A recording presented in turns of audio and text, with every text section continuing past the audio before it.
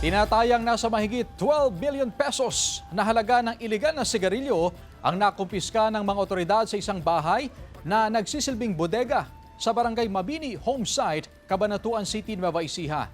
Nakataka sa mga driver ng isang SUV at dalawang van na may kargang iligal na sigarilyo. Ayon sa pulisya, isang linggo nilang minanmanan ang lugar matapos makatanggap ng impormasyon hinggil sa kalakalan ng iligal na sigarilyo. Naglagay ng tarpaulin ng siomay sa gate ng bahay para itago ang iligal na sigarilyo. Sa investigasyon ng mga otoridad, umaabot sa mahigit 500 boxes ng iba't ibang klase ng iligal na sigarilyo ang nasa loob ng bahay na ginawang imbakan at sa 3 sasakyan na ginagamit na pan-deliver ng mga ito.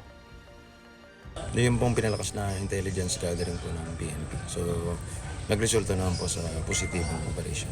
Pag during inventory, i-check po natin ng BIR kung talagang ito ay hindi nakakapagbayad ng buwis sa kanila.